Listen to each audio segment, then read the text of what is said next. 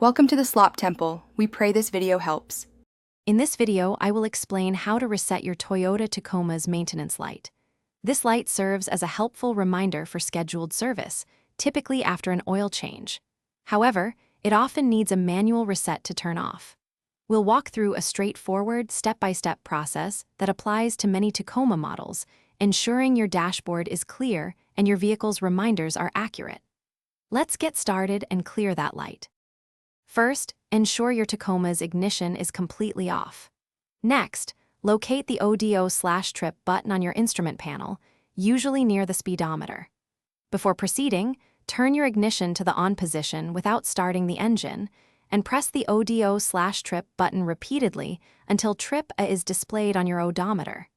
This ensures you are in the correct mode for the reset procedure. Now for the main reset action. With the ignition off, press and hold down the ODO/trip button. While continuously holding this button, turn your ignition key to the on position, but do not start the engine. Keep holding the button. You should see a series of dashes appear and then count down on your odometer display. The maintenance light will then disappear. Once the dashes disappear and the maintenance light turns off, release the ODO/trip button. Turn your ignition off, then back on to confirm the light is gone.